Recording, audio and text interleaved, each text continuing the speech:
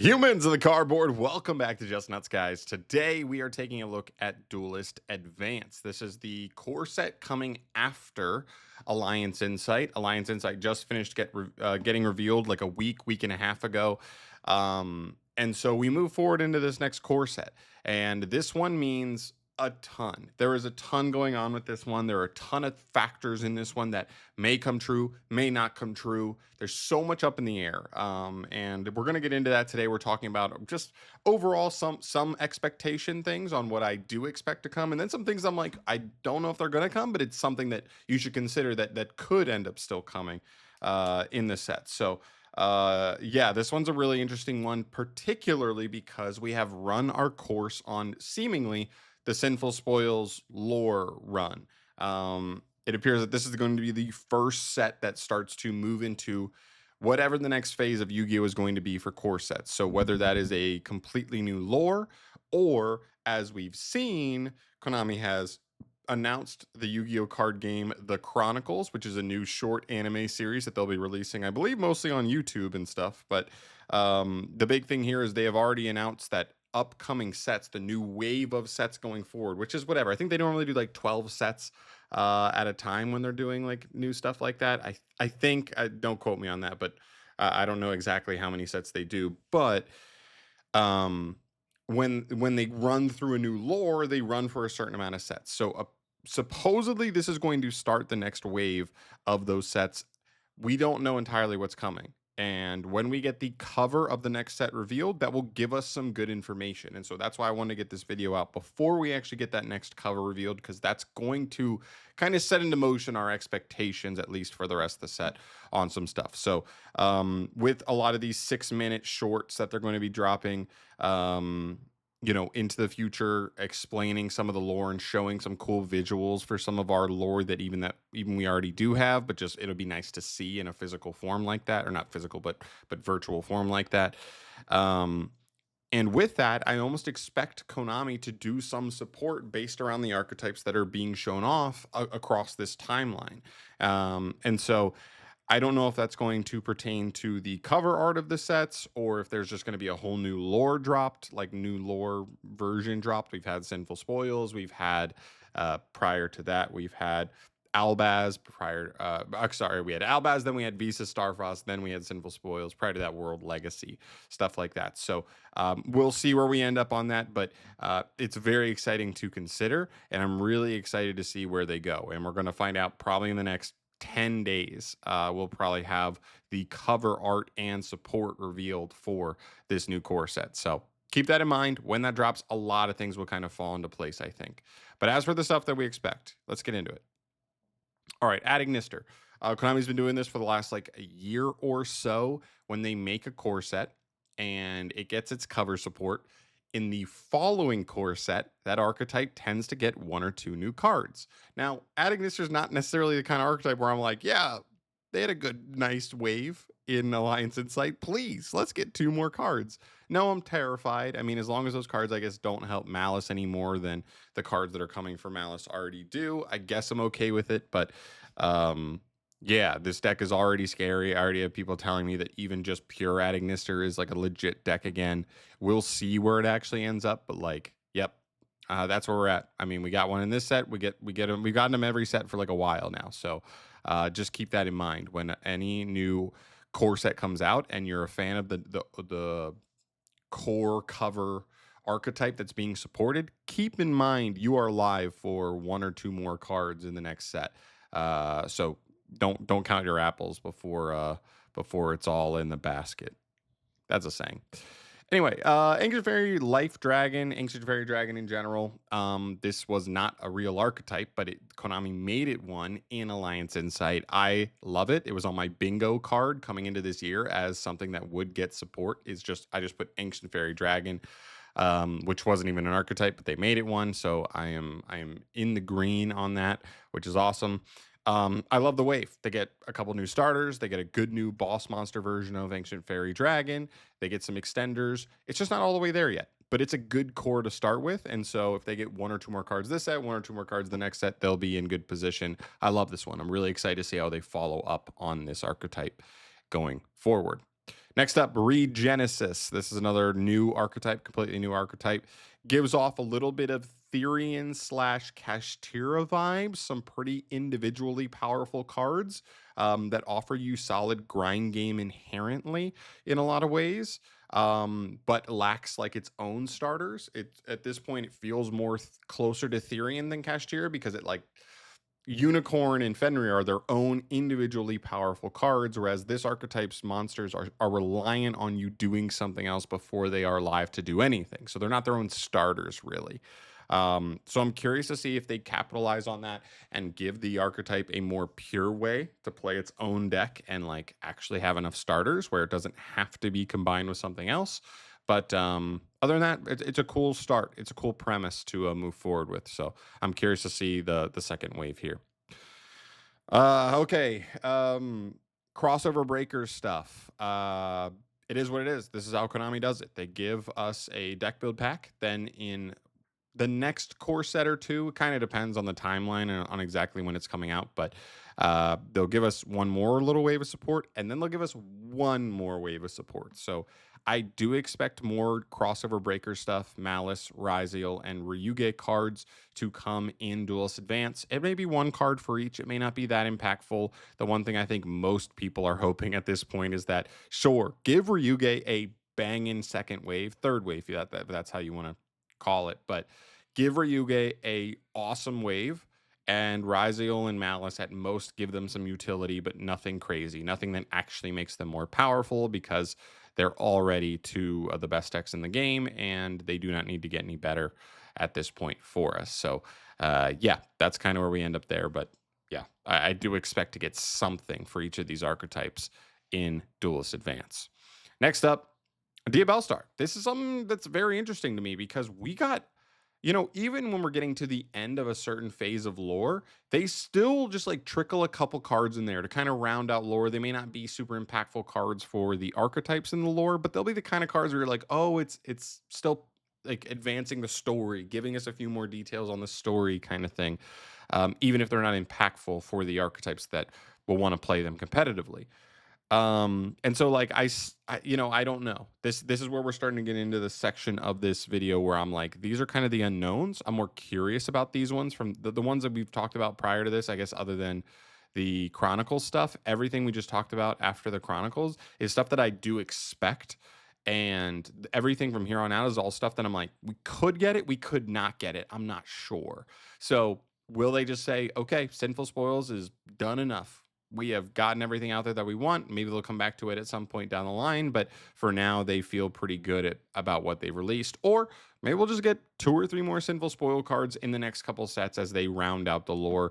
I don't know. Keep an eye on that. It could be mostly irrelevant stuff for competitively speaking, but it could be maybe there's some stuff. I don't know. Maybe there's more Goblin Biker stuff. I'd love that. They're the redheaded stepchild of the Sinful Spoils lore, unfortunately, because they're so cool. Anyway, Argo Stars. This one should actually be moved up. I actually do expect Argo Star support in Duelist Advance. They got their main wave in Supreme Darkness. They got their second wave in Alliance Insight, and now I do expect at least one more wave here. This archetype is terrible. They did get a new spell in Alliance Insight at least that adds to consistency, but like, man, this deck does a whole lot of nothing. It really just feels like what it does is just not very impactful. So I don't know. They would need a pretty nasty wave to like actually make me interested in them. I like the idea of the archetype, but just the cards aren't that strong. So we'll see. We'll see. Materiactor. This is another one where it's like a weird one where it's like technically this has been an archetype for a couple years now, but they only got like 2 or 3 cards initially, and then they got a wave, like a 5-card wave or whatever in Supreme Darkness. They get another 2 cards in Alliance Insight, and now I'm sitting here going, are they actually going to get a 3rd wave here? I don't know, because they were already another like an archetype prior. When Konami makes a new archetype, a lot of times they're guaranteed to get like cards in the next 2 core sets. But because I'm not sure whether Konami counts this as a pre-existing archetype or a brand new one, it's kind of like up in the air. I'd like to see it because it still feels like the two new pieces were nice, but not like quite enough. So one more push might be necessary. Um, but it's hard to say at this point. Next up, Metal Morph. This is an interesting one as well, where uh, got the initial wave, got a second wave, and now got a third wave even in Duelist Alliance or Alliance Insight. I keep wanting to say Duelist Alliance because it combines the two most recent core sets. But um, so technically, it's had its 3 set run, which in most cases means it's done. It's good for now. Konami's going to move on.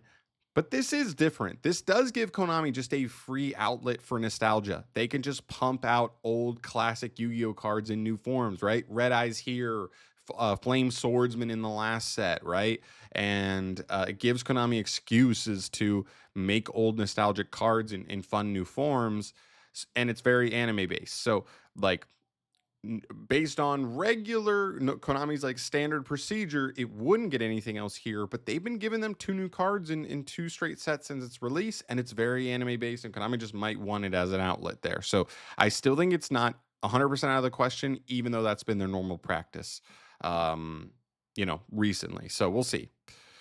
Evil Heroes. This one is just kind of same idea of like normally once an archetype gets its big cover art support in Supreme Darkness for Evil Heroes, and then they get one more card like Vicious Claws in Alliance Insight, they're usually done for a good bit.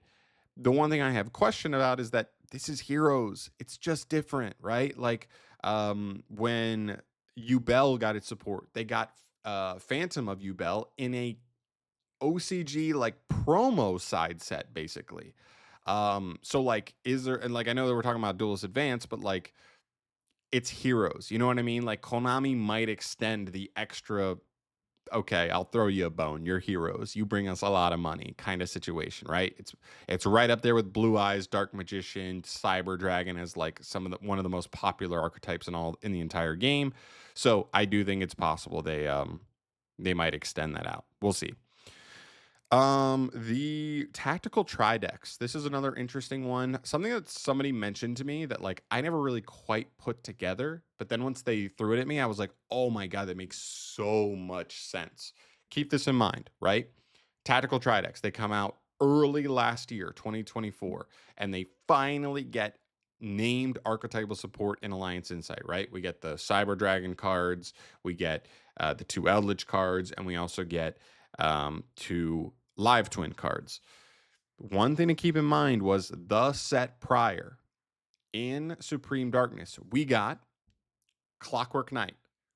Almost clearly, like, I know it's kind of a generic machine card, but it does give, like, it specifically has better synergy with Cyber Dragon than almost any other archetype, any other machine archetype in the game. We get a Bawaku, the new Link 4. Then, yes, it has some generic applications again, but it has bonus applications with Live Twins. And we get Delta of Temptation, that new field spell that has really good synergy with Eldritch. Just being able to foolish Eldritch from the deck just immediately, get him in rotation. Bonus consistency for the deck. And even some other like nice zombie synergy. Again, a little bit generic, doesn't have to be Eldritch based, just like all 3 of them have generic applications outside of the decks we're talking about, but also still apply to them. So I think there is a world, not to mention that like it's Cyber Dragon. Cyber Dragon doesn't get support for 6 years, and you give them this wave of lackluster support. Not only that, but also Live Twins. They get a Link 1 that makes that is Kissy Kill based, which really makes us all think that they're going to make a Link 1 that is Lila based, and at this point we don't have it yet. So I'm just saying I could see that there's like a little bit of imbalances there. I could see a world where we get another follow-up wave in this next core set. I'd love to see it because I'm a big fan of Cyber Dragons and I'm a medium fan of the other 2 archetypes. So if they actually do capitalize on it and make them better, I could end up loving them as well. I'm really hoping for it. It's not something that's guaranteed. I could see it though. They've kind of given them support in 2 straight sets, even if it wasn't direct, named support. They've given them all 3 archetypes support in 2 straight sets. So I'm curious where they go in this next set. If they continue that, or if they say that's enough, that's good enough, let's move on. All right. Then you have the quarter century Trinity box archetypes. Keep this in mind as well. These archetypes all got support in December in the OCG. It made Orcus one of the best decks in the game. It's like tied for first. It's been way up there. At least prior to Alliance Insight coming out. That might make Malice crazy. We'll see. There's that. They get a new fusion for Dragon Maid, really good support as well, has been performing decently well as a rogue deck there as well. And then Punk also has a top or two on every new update we get from Road to the King. So new support for them. It's not direct support, but they are, again, kind of like the first wave for the tactical Tridex, where like the first wave wasn't direct. Is there a world where we get one more card for each archetype and it's like an actual direct support? I don't expect that because like Orcus has already been top tier and the other two have actually been decent otherwise, but it is interesting to note that like they followed up on it immediately. I'm curious if they continue that or if they cut it off here. And getting into the final things, more generic stuff here. We have Dominus cards. Now I know Palm or Psalms of the Kings is not a Dominus card in name, but it adds Dominus cards. It's basically a Dominus card. It's a hand trap on its own, and it searches other ones. And so for that, I do sit here and I look at this and I go, more Dominus cards. It's possible. They've continued it. They have been a little on off kind of with the Dominus cards a little bit. They've not been every single set. So I think it's possible. I think it's possible they continue with this trend. I like the idea of this hand trap that like it is so restrictive that you would think only a lesser archetype would be able to play it. But this is one of those things where it's like now it's like, oh, if you are playing a lesser archetype, well, keep in mind you're able to play this and nobody else is. So it makes your deck a little bit better compared to them because of these types of cards you can play. So it's cool. I like it. I like the design. I hope we get one more, something similar to that. And then we have Mulcharmy Meows. Keep in mind that we thought in Alliance Insight we might be getting the fourth Mulcharmy. We have a water with Perulia. We have a wind with Fool Loss. We have an earth with Meows. Where is the fire? A lot of people are curious on this. These three hand traps that we've already gotten kind of cover all the summoning mechanics, at least the main summoning mechanics that Yu-Gi-Oh has to offer. And so a lot of people were even curious on like, what would a fire one even do? I have to assume we're still going to get it at some point. It is weird that they went literally 1-1-1 straight in a lot, like straight in a row. But at this point, I do still sit here and I go, I do expect to get one at some point. I think this set makes sense. I get it. They didn't do a last set, so now it's kind of up in the air, but like it should come at some point, I guess, theoretically. So we're going to have to sit back and wait on that. And that concludes us here. That's everything I have going into Duelist Advanced that I'm like curious about, the things that I expect to get, and of course the things that I'm kind of still on the fence on. We could get, we could not get. I don't know. Other than that, everything else is going to be, it's probably already been decided by Konami, and it's already printed even, but they're, or at least in the process, and they're just kind of waiting to release it. So we'll know more as the days continue. Like I said, we're roughly about 10 days away from finding out what the cover art and archetype is and what the new support is. So that's going to give us a lot of information from there and let us lead into a lot of the other stuff. But I'm very excited to find out. So let me know your thoughts down below. Is there anything I missed here that you actually think you expect that I didn't mention? I'm curious. I'm not perfect. I don't hit everything on the head the first run through. So if you think there's anything I missed, I'd love to hear it from you down below. Or just what are you most excited about from this stuff that's on the fence? What would you most want to see? I'd love to get a gauge for where you guys land on that as well. But I'm out of here today. Thank you so much for watching as always. I'll see you in the next one. Peace.